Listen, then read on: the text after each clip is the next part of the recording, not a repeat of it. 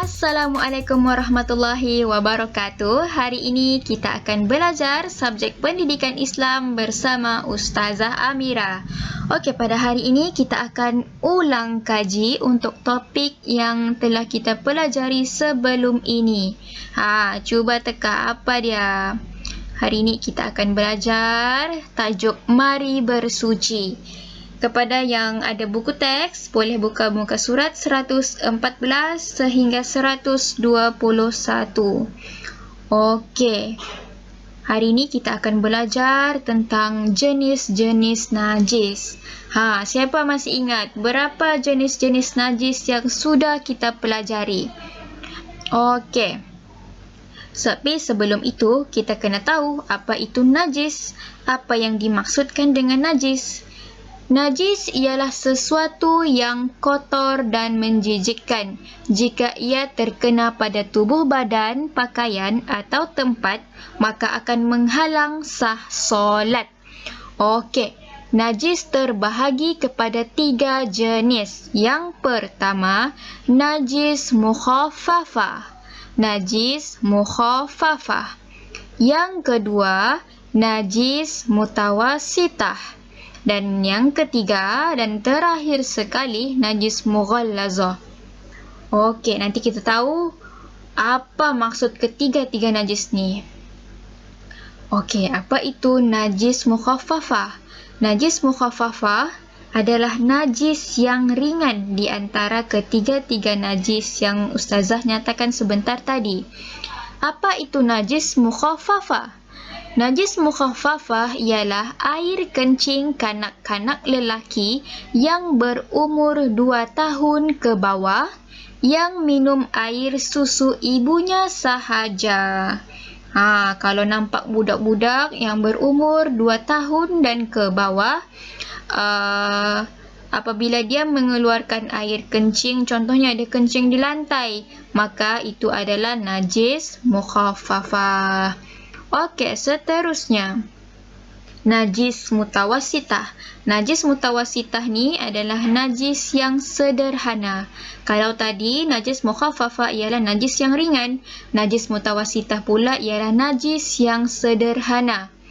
Najis ini biasanya mudah untuk dilihat. Sebagai contoh, najis manusia, darah dan arak. Okey. Seterusnya, apa dia? Najis mughallazah. Najis mughallazah ni adalah najis yang berat. Kalau tadi, najis mukhaffafah ialah najis yang ringan. Najis mutawassithah ialah najis yang sederhana. Dan najis mughallazah ialah najis yang berat. Apa dia najis mughallazah?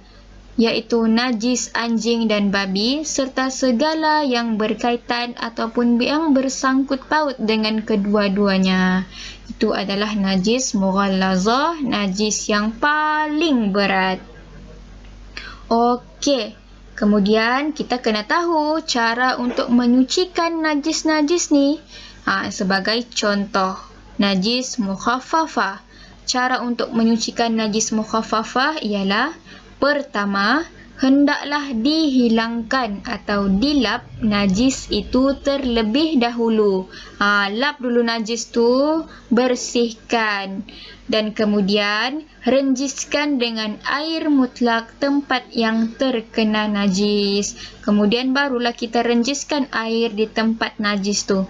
Dan yang ketiga, lap sehingga kering. Okey.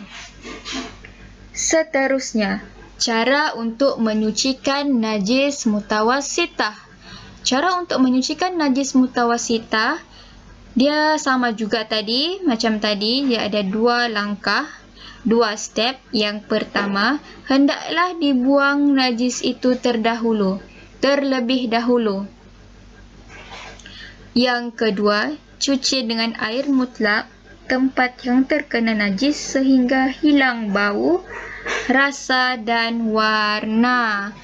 Ini macam kita selalu cuci pakaian lah, macam tu kan.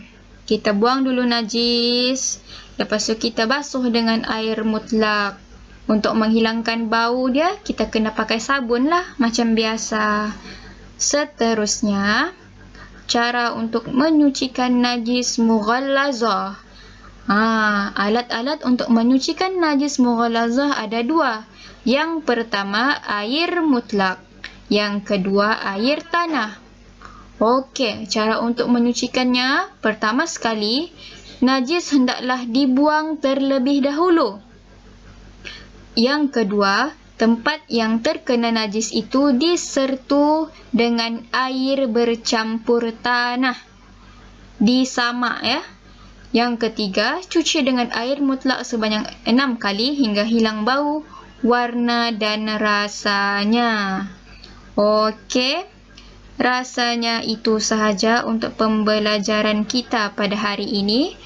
Diharapnya semua boleh mengambil manfaat daripada apa yang kita ulang kaji pada hari ini. Kita refresh balik apa yang kita sudah belajar di kelas. Okey, untuk latihan nanti akan diberi di dalam WhatsApp, dan sekiranya ada terdapat sebarang persoalan ataupun apa-apa yang tidak faham, boleh terus hubungi Ustazah. Okey, Assalamualaikum warahmatullahi wabarakatuh.